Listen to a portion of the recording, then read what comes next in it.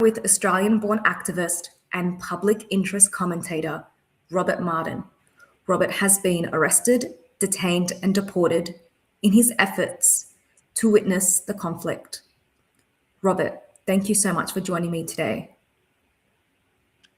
Thanks very much for having me. Thanks for giving me the opportunity to discuss Palestine. Thank you for being here. My first question really is about who you were before your focus on Palestine. Tell me a little bit about what shaped your view on the world and what first compelled you to speak so publicly about Palestine.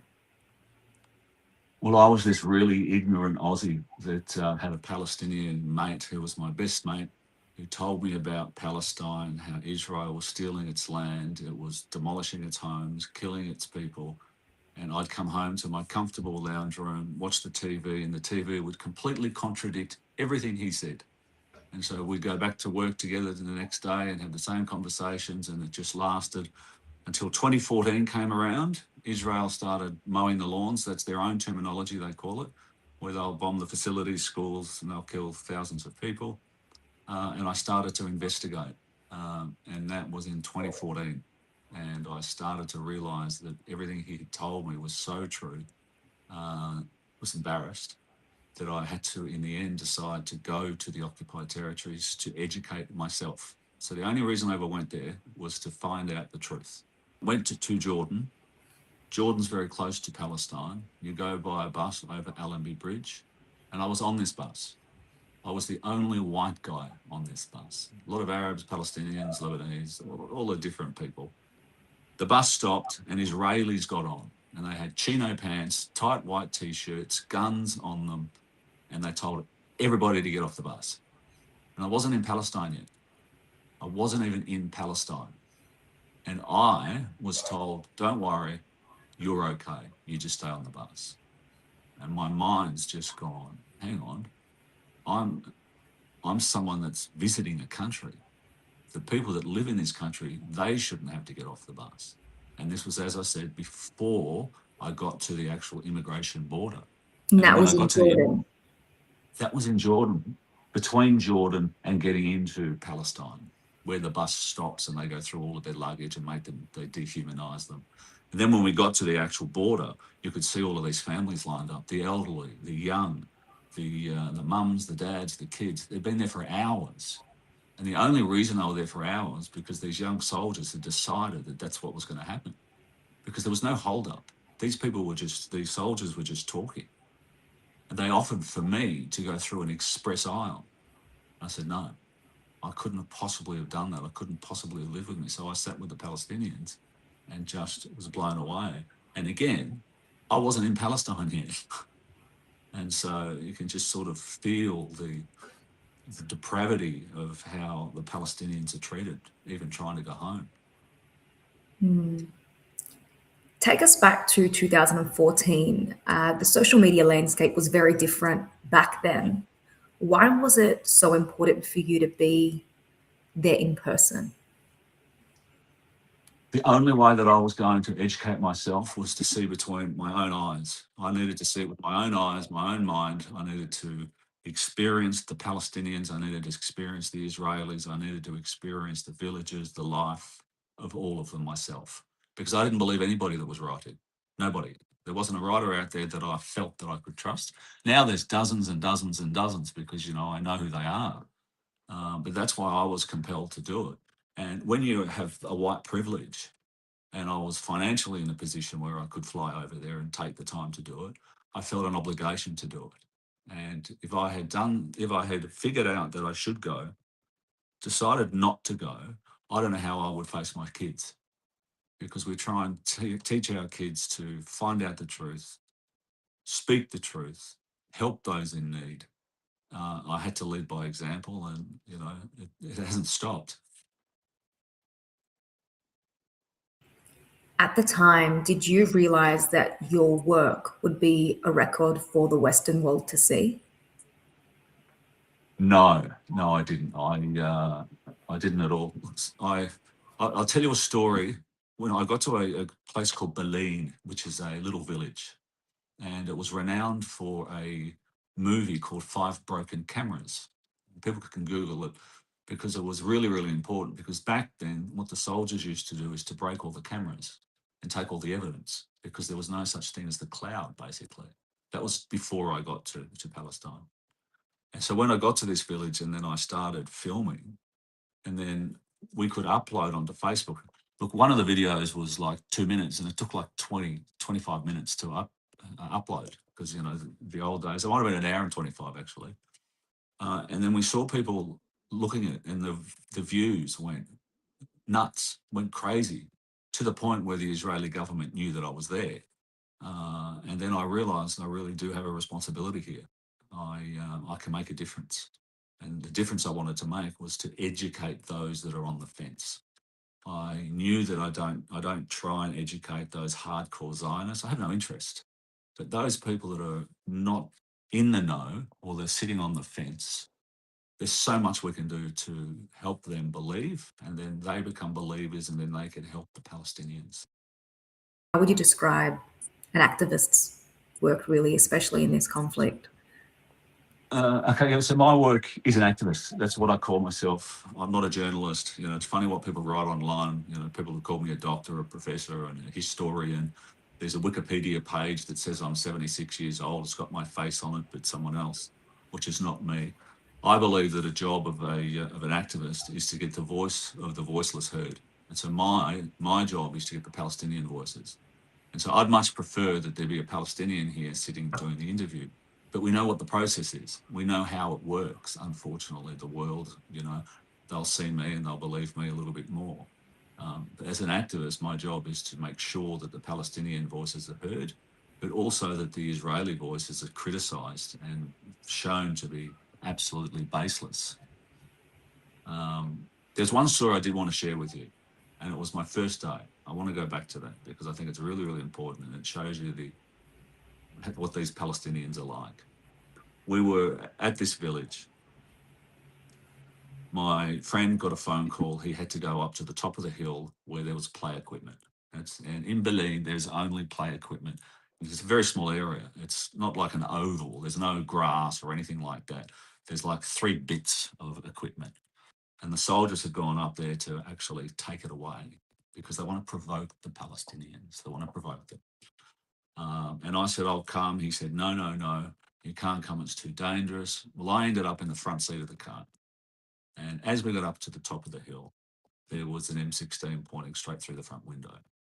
And as we got out, I filmed. That's my first ever filming. I asked what the soldier was doing, and he was trying to hide his face and trying to say he was protecting Israel.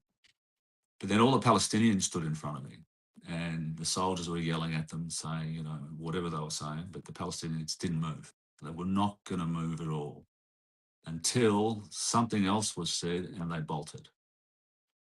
And what they had said, if you don't go, we're going to shoot him, being me. So the Palestinians were putting their life on the line for me at the start by shielding me. And this is the type of people the Palestinians are. When you walk around Palestine, all they want to do is protect you. They want to look after you. They want to make sure that you're okay.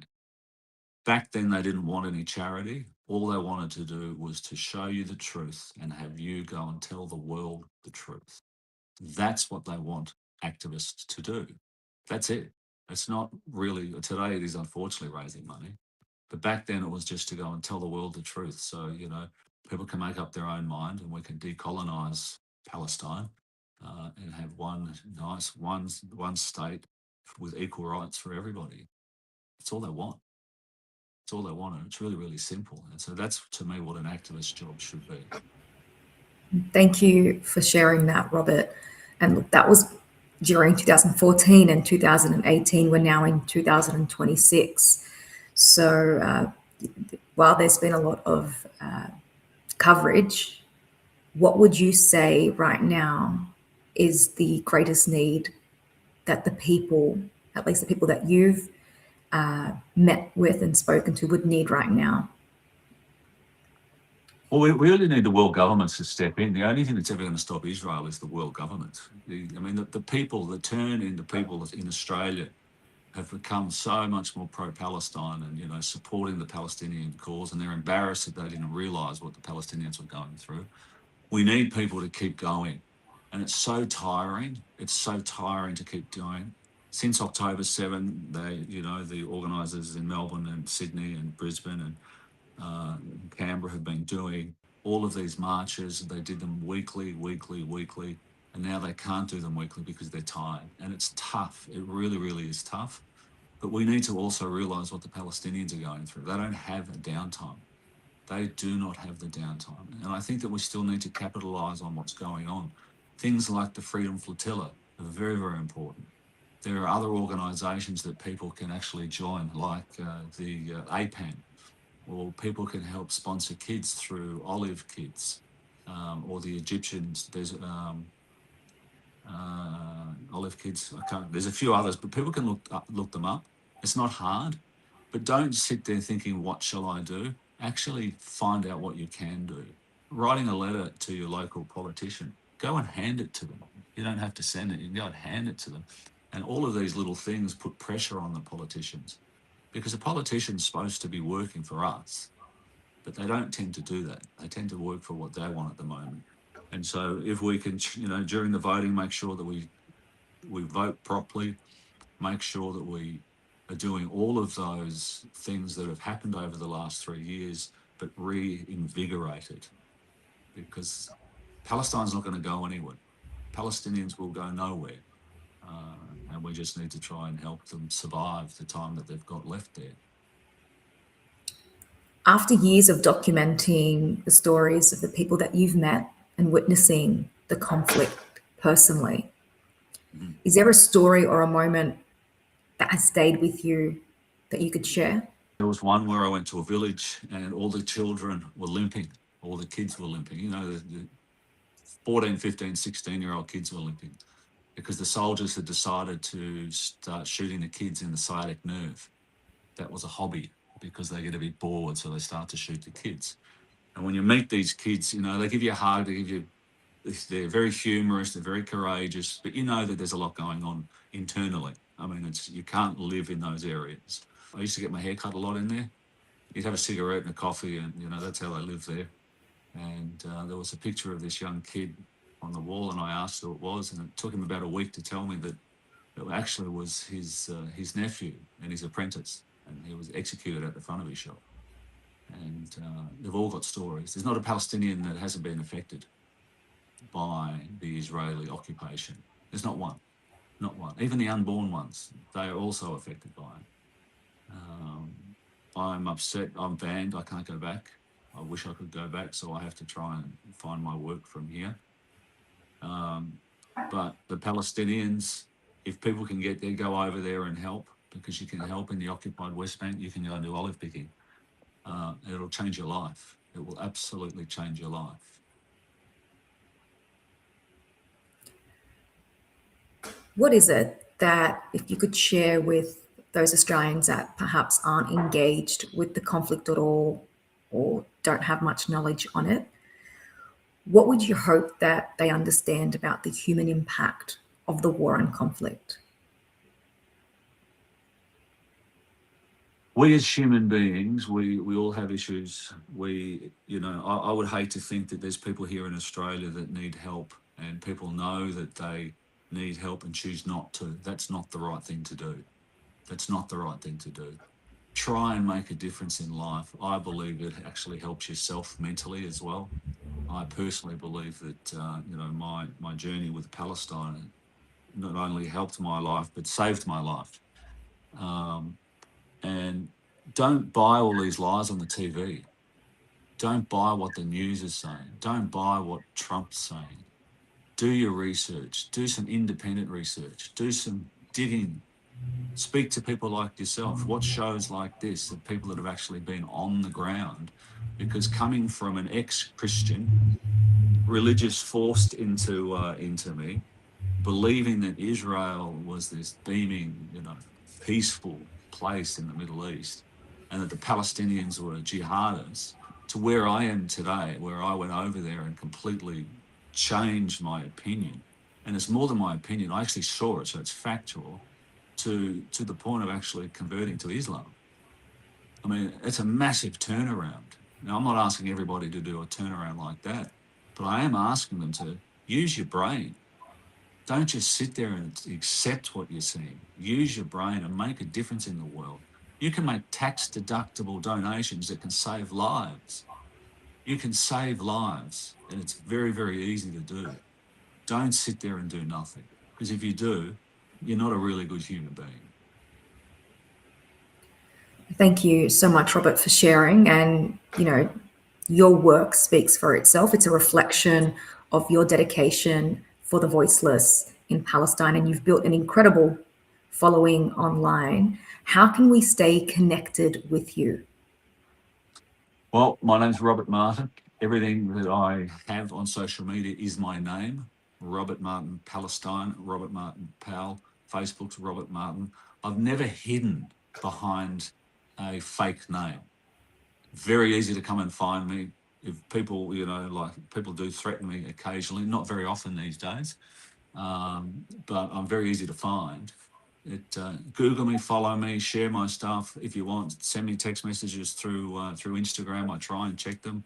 I can't check them all. If you've got questions, so I can point you in the right direction, absolutely can do that. So come follow me. Come follow the journey, and let's free Palestine. It's been a privilege speaking with you, Robert. And for everyone watching online, if you have any personal stories to share with us, or you'd like us to connect with someone on the conflict in Palestine and Lebanon, someone with a story to share, please don't hesitate to get in touch with the team. And from everyone here at the Oz Arab Media team, until next time, take care, stay connected, and stay compassionate. And thank you, Robert.